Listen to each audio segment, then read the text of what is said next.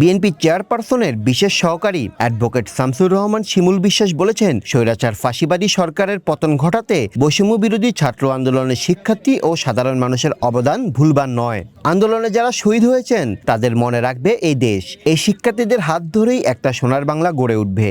শুক্রবার রাতে পাবনায় বৈষম্য বিরোধী ছাত্র আন্দোলনে গত ৪ আগস্ট গুলিবিদ্ধ গুরুতর অসুস্থ শিক্ষার্থী শহীদ মনসুর আলী কলেজের অনার্স প্রথম বর্ষের ছাত্র আরিফুল ইসলামকে দেখতে তার গ্রামের বাড়ি সাতিয়া উপজেলার পুন্ডুরিয়া গ্রামে যান এবং তার খোঁজখবর নেন। পরিদর্শনকালে জেলা, উপজেলা ও পৌর বিএনপির বিভিন্ন পর্যায়ের নেতৃবৃন্দ উপস্থিত ছিলেন।